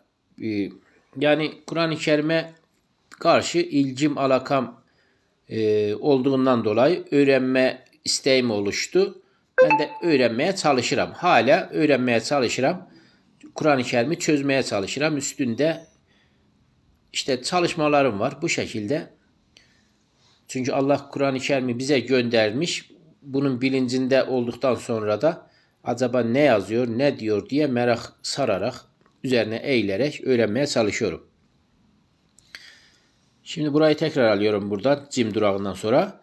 Ve in, ve eğer ki ta'dil öderseniz, külle adlin, her bir, külle bütün demek de, hepsi, her bir adlin. Adlin de burada fidye manasını taşıyor. Her bir ödenek olur. Yani ödenek, fidye, her bir fidyeyi diyor ödeseniz, la yu'khaz, alınmaz, minhe, ondan. Bu nerede alınmaz? Bu elbette ki kıyamette bunlar geçerli. Onlar için ne bir şefaatçi var idi, ne bir veli var idi.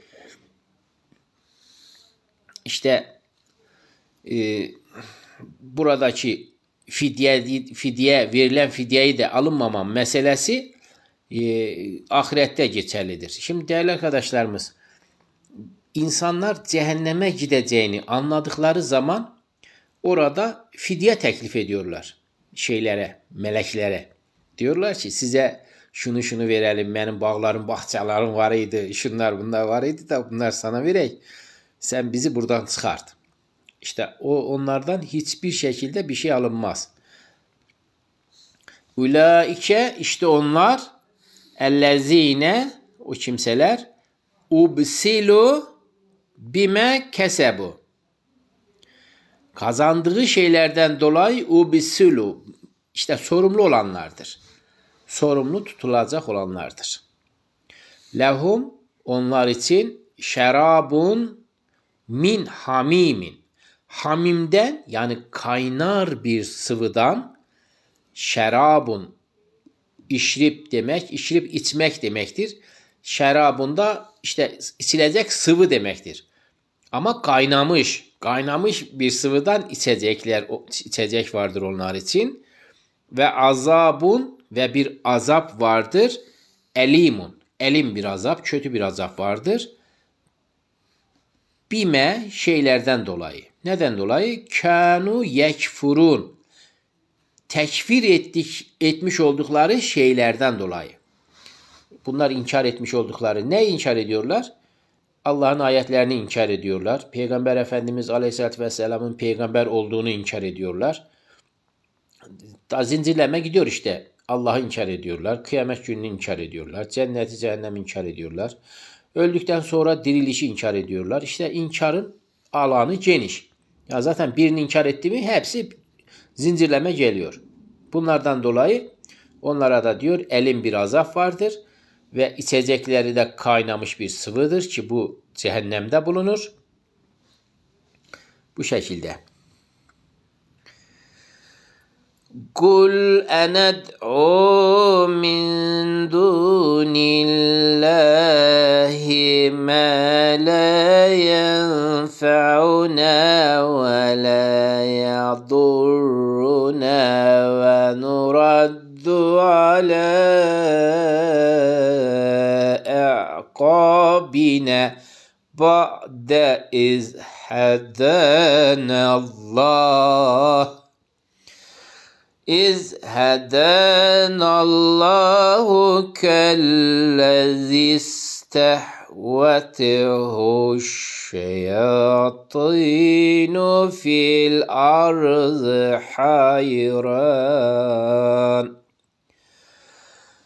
له أصحاب يدعونه إلى الهدى ائتنا قل إن هدى الله هو الهدى وأمرنا لنسلم لرب العالمين. Burası da 71. ayet.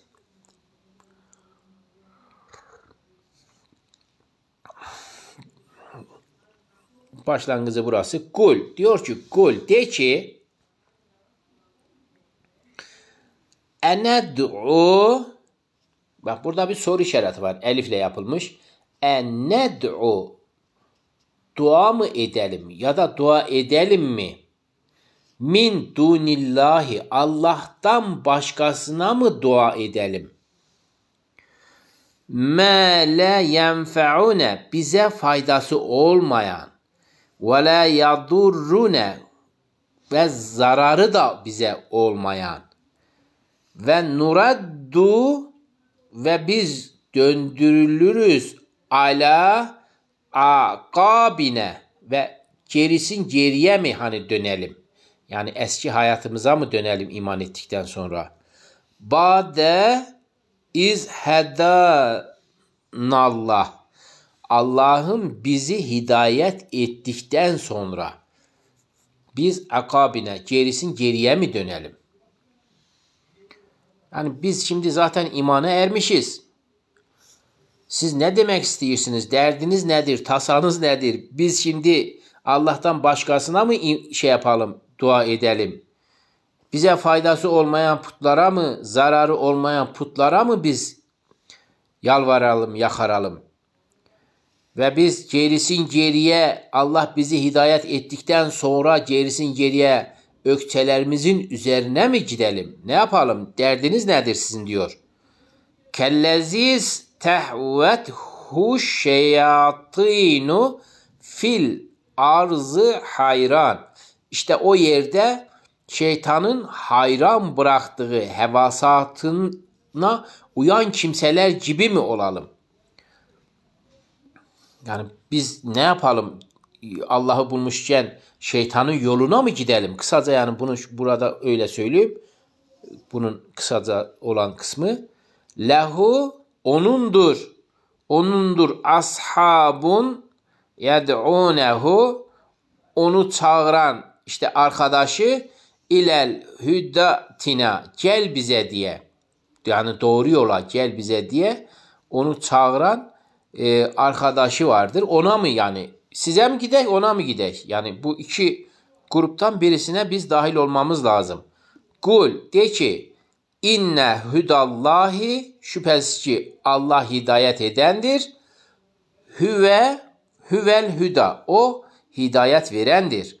Ve umirna, ve biz emrolunduk, li nuslime, teslim olmak için emrolunduk. Li rabbil alemin, alemlerin Rabbi için. Alemlerin Rabbi için teslim olmak için biz emrolunduk.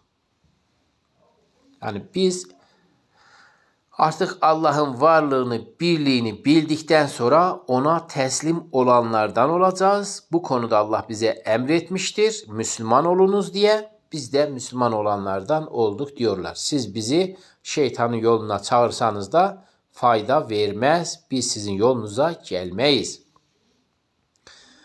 وَاَنْ أَقِيمُوا الصَّلَاةَ وَاتَّقُوهُ وَهُوَ الَّذ۪ي اِلَيْهِ تُحْشَرُونَ. Ve kesinlikle akimus salate, namazı kılınız, vettekuhu, ve ona ittika ediniz. Allah'tan sakınınız. Yani namazı kılınız, vettekuhu, ve onun talimatlarına uyunuz. Takvalı olunuz.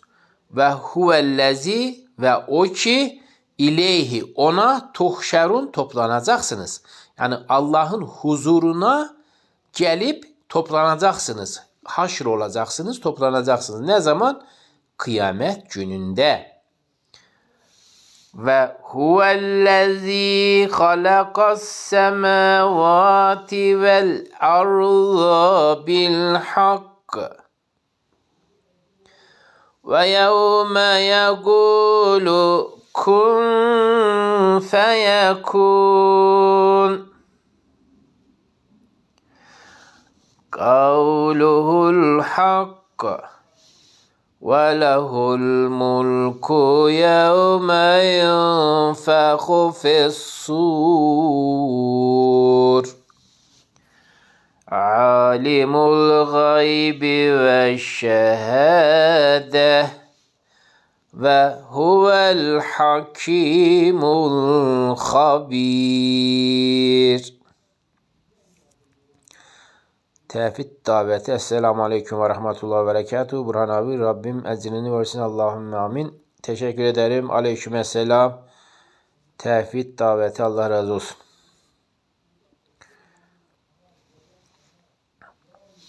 Şimdi bakalım burası mıdır? Evet, burasıdır. Ve hüve, ve o, ellezi, o ki, halak, yani Allah'ı kastediyor. O Allah ki halaka, yarattı, es-semavatı, semaları yarattı. Semavat kelimesi 7 kat semayı kastetmek için kullanılır. 7 kat semayı yarattı.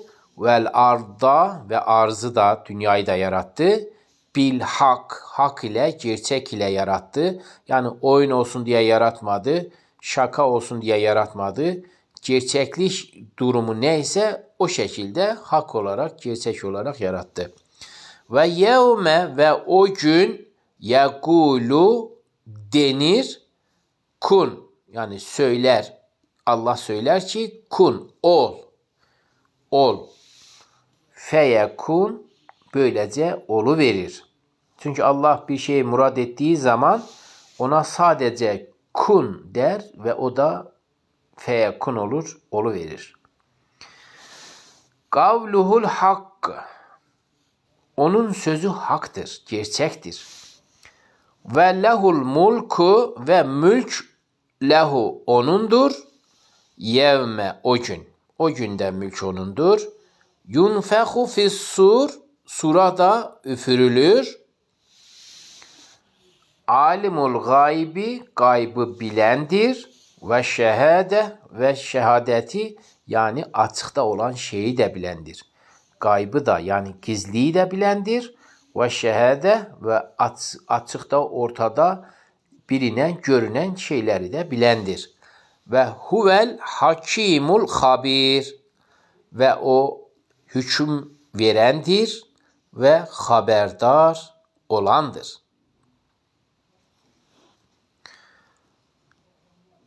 Yayınımıza burada son verelim değerli arkadaşlarımız. 73. ayette kaldık. 1,5 saat oldu zannedersem. Allah hepinizden razı olsun. Başka bir canlı yayınımızda tekrar görüşmek üzere. Hoşça kalın. Allah'a ısmarladık.